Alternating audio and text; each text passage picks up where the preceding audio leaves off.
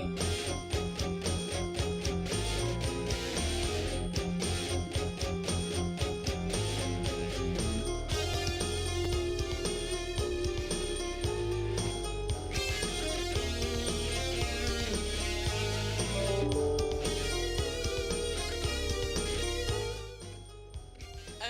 my God.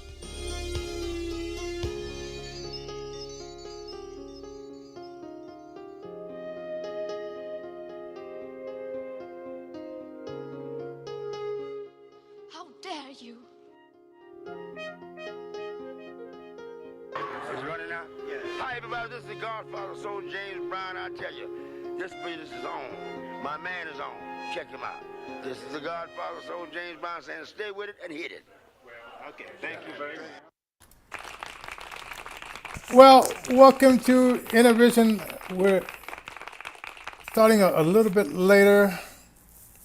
And of course, where's my team? Let me text Alan Colvin. Okay. Text Alan Colvin. Oh, we'll see how this goes. Oh. Where are you, my brother? We are on the air live, 1 p.m. He probably lost track of time. Anyway, hit the share button, hit the like button, and subscribe to our station. You know, send. All right. So we appreciate you guys being here. Hey, want to let you know. Okay, Innovision is a nonprofit organization. We work with disabled musical artists. Okay, let me move down here. Let's see. And let me see. Okay, where am I? So many fun things are happening today. All right. Let's see. What was I? And so we want you to contact us at info@innovisionfm.com. That's info@innovisionfm.com. And as you know, last Tuesday? Man, time flies so quickly. We were in the nomination stage of picking who's going to be running in November the 8th. And so I got in. Okay, I had 157 people visiting my website in the month of June, and they generated 1,262 votes. Now, take out two of those votes because one vote was from me and one vote was for my wife, Natalia. So we could really say like out of 1,260 votes. So I'd like to thank those people for voting for me and visiting my website. Now, my opponent, Alex Valdez, the guy who owns a solar company and just passed two bills forcing we the people to pay for solar paneling put on new buildings and buildings that are being updated. And that guy who's using the state of Colorado as a financial gain, Alice Valdez, he got 7,000 some odd votes. But I'm going to be pushing that hard. And, you know, some people might not care he's using the government to finance his business. And then again, some people might care. And I'm not going to be sponsoring bills that will force you to donate to my nonprofit. Because I could easily like sponsor a bill that says there'll be some government funding towards nonprofit. Then when those government contracts come in, grants come in, I'll see them first, and I will get that money in my nonprofit first, long before any other nonprofit see. So it's easy. Corruption is easy. Doing the right thing is it should be the easiest thing to do. But for some people, doing the right thing is I like to say, when the truth will do, a Democrat politician will lie. So we need your support. I think like I would like to get my commercials on KS 107, KBON, the Spanish speaking station, and maybe even Comcast in September. So our goal is $10,000. But if you can do more, that would be great. And then our Cash App is Johnnie, JOHNNIE dash Johnson dash 25. Okay, and so you can go there and support our support me with the Cash App, or if you want to support the radio station, which we have many new shows coming up. We have a new DJ coming on next week, and I'll tell you more about that. And he'll be coming on after 5:30 in the evening. I'm not sure. I think he's in California. I'm not sure. I gotta see the area code for his phone number again. But he's going to be doing 4 nights a week. And then, of course, we just added Aaron Opinion on Thursdays from 4 o'clock until 5:30. Of course, Alfonso show on Fridays from 3. I'm sorry. From 3 until 5 o'clock. And then the Randall show, spiritual worship. That's on Fridays from 5:30 till 6:30. And then, of course, we have our storytelling time 7 days a week, 11 a.m. to 12 noon, 7 days a week. And, of course, the morning show, 8 a.m. to 10. And a new show we're going to be adding is the Reggie, Casper, and Johnnie show. It's some shows that we did on KLZ radio. And that's going to be airing on Fridays, every Friday from 10 a.m. until 11. So packed. It's going to the station's getting packed. Just got and what our sponsors, Christian Brothers, they sponsored like a year of our show, and my doctor, Dr. Richie Damiano, he sponsored some shows as well. So thank God for these people who choose to sponsor Innovation FM. Now let's get into. Let's see. Let me go. Wait. Recording alert.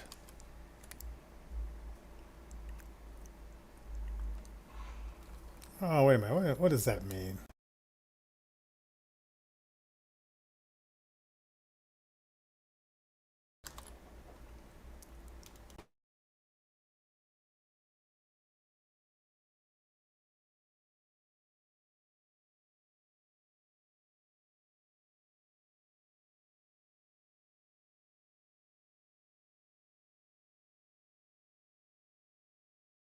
What's going on with this? Okay.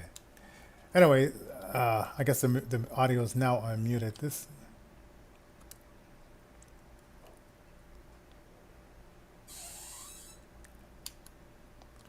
Close that. Let me close that.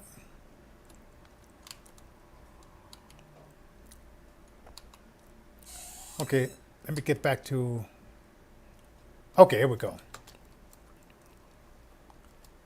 Okay, now, we have some topics here. Now, considering, like, yesterday was the Independence Day for the United States, and I thought I would take something from Frederick Douglass. He wrote a speech in 1852, 27 pages. He was a black man who was a slave, and he was able to get free of slavery through the abolitionists which are now the Republican Party, not the Democratic Party. The Democratic Party wanted to keep black people in slavery and using them for free labor. The Republican says our Constitution says all men are created equal with the inalienable rights to pursue life, liberty, and happiness. And Frederick Douglass, it was kind of interesting. He was living with this one family, and the wife was starting to teach him how to read.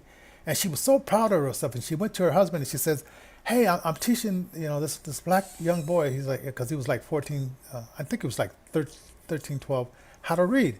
And the husband got red face and said, "Don't teach that black boy how to read, because if you teach black boys like that how to read, they'll be not useful as a slave."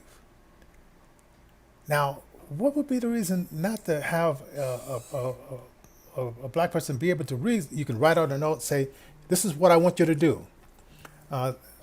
Let's see. Slide to answer. Let me answer this. Hey, I'm in the midst of doing my show. How can I help you? Hello? Okay. Of course, I'm in the midst of doing my show, so let me get back to talking about Frederick Douglass and how I thought it was very important that he did learn how to read. So I'll close that down. Okay. So when her husband acted so negatively towards her teaching Frederick Douglass how to read, she stopped. And she said her attitude changed towards him because she was treating him like he was a son, another child, because he was there to help with the little one that this couple had. And so, but his desire to learn how to read didn't stop there. He went on and he thought of like, now how can I learn how to read since this lady won't teach me how to read anymore? So then he got himself like a dictionary, but he had to keep it hidden. And he would talk to the white kids who didn't understand this rule, and he said he would make a trade. He said, "I'll give you so much food from here if you teach me how to read these different things." And of course, he had a dictionary, so he would look up words. And he would go out and get the newspaper, but he had to hide all these things because he couldn't let the mistress or the master of this house know that he was learning how to read. So with the dictionary and the help from these white kids who didn't know that it was against the rules to teach a black person how to read, and they were both, probably these kids were like 13 and 12 and so forth. He learned how to read. Now, then he was working on a dock. It was a dock of a bay, and he was learning how to put the cork in, the stop, to seal the chips up so they don't sink in the ocean. But then the white guys got jealous of him learning how to do this, and sometimes they would gang up on him, like it'd be like 2 against 1, or maybe 3 against 1, and he could usually, he was a pretty tall young man. He was about 18 around this time, and he could fight these guys off. But when it became 4 against 1, then they wouldn't take the word of the black guy that this guy beat me up. They said, "Well, you're a black guy, so we really won't take your word." These guys said they didn't do it. We see that you're bloody, you got a swollen eye, but these guys said they didn't do it. So even in the North, he said that it was discriminating against the black person because they didn't accept his word as being true or honest. And this is a lot of stuff that you won't read in any history books. And you have to go to his biography. And so he worked through that. And I'm skipping around, so go read the biography for yourself. I'm just skipping around to places that I thought were very interesting. Then he met a young lady, and now it's interesting. Okay, here he is. He's taught, pretty much self-taught himself to read, write, and he's writing in this magazine from the abolitionists, and they're sending out newsletters telling about his story, and he's adding humor along with the tragedy of being whipped and beat. And at one point, when he was 16, this guy Master came and he was going to beat him, right? And Fletcher Douglas, he grabbed the whip from him and says, "You're not going to whip me anymore." And the guy tried it and he pummeled it down. And then another guy came, he punched him out as well. And he says, he said, "Well, they're going to kill me now because, I won't let this guy whip me." But it turned out differently because the guy says, "Okay, I'm not going to whip you anymore." and I'm just thinking like, man, I said, wow, because that was definitely something that would get a black man killed if he stopped the guy from whipping you. And I'm not just talking about a belt whipping. This whip would tear skin out of your back, and you would be like bloodied and stuff like that, and would leave like permanent scars. I mean, this is not like a belt whipping. I mean, we're talking some serious stuff here, right? So then he meets his wife. Now you think that, love is blind. Love is blind. Here he cared about education, reading, and he hung out with a lot of other black people that were educated and cared about reading. But his wife, she didn't care about being educated. She just wanted to be a mother, work in the house, cleaning houses and stuff like that, and she wasn't so much into that. So there was a intellectual disengaged, so he couldn't really talk to her about higher intellectual things or share books with her. And I haven't got through the whole book to find out what happened. But they ended up, they wanted to get married, but he had to get his freedom first, because if she would have married him as a slave, then they would say that she was an accomplice to this slave running away. So he obtained his freedom. Then he went back and got his wife, and then they moved to a place I think it was in Philadelphia, but it still was just a separate but equal, and he still saw like it was a certain realm of racism in the North, not as bad as in the South, but it was still some hypocrisy going on in the North.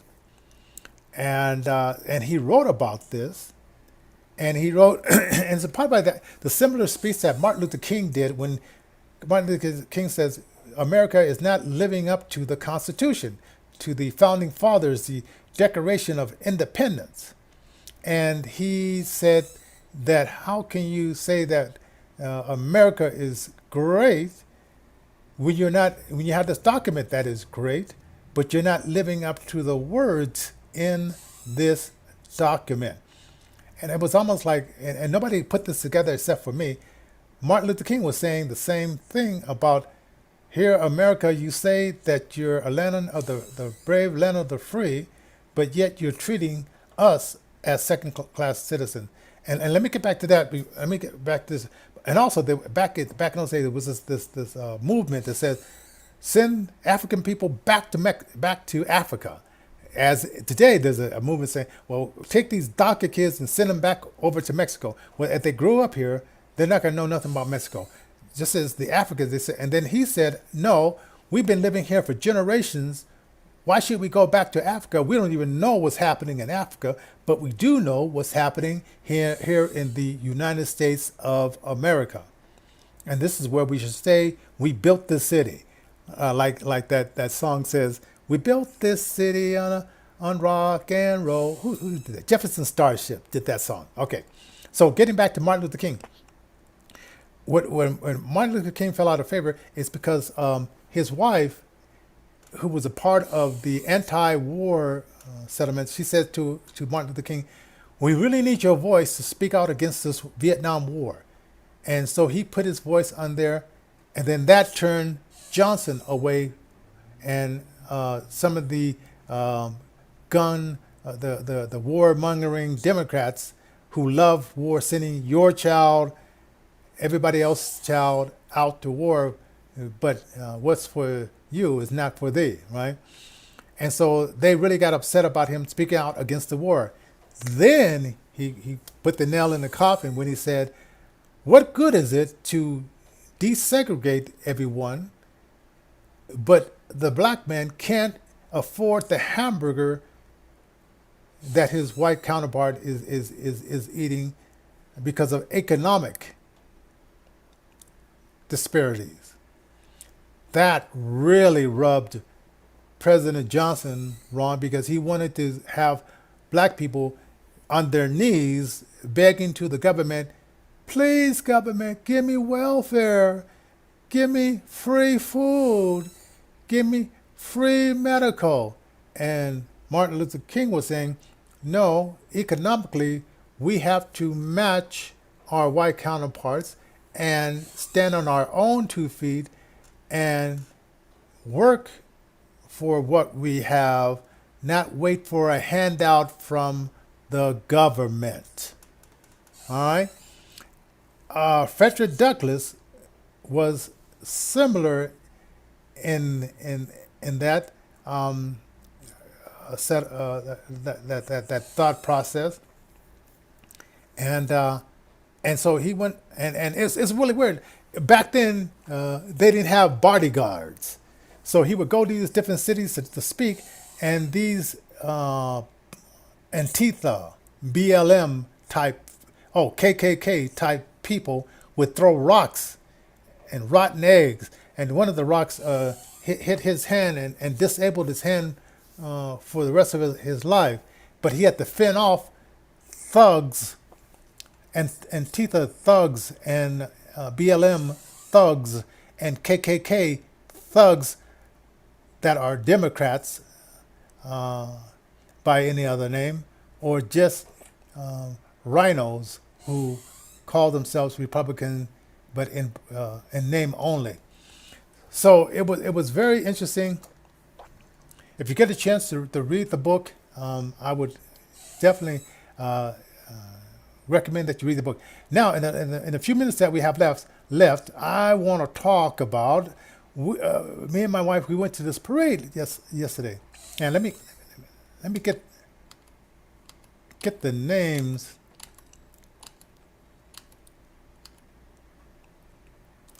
Let me see. Let me get the name. Oh, come on.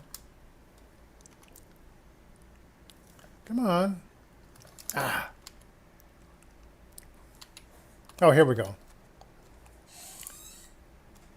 Oh, let's see.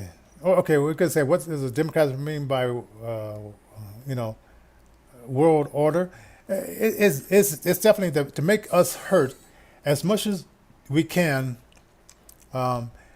make us cry uncle. High gas prices, food will become more scarcer,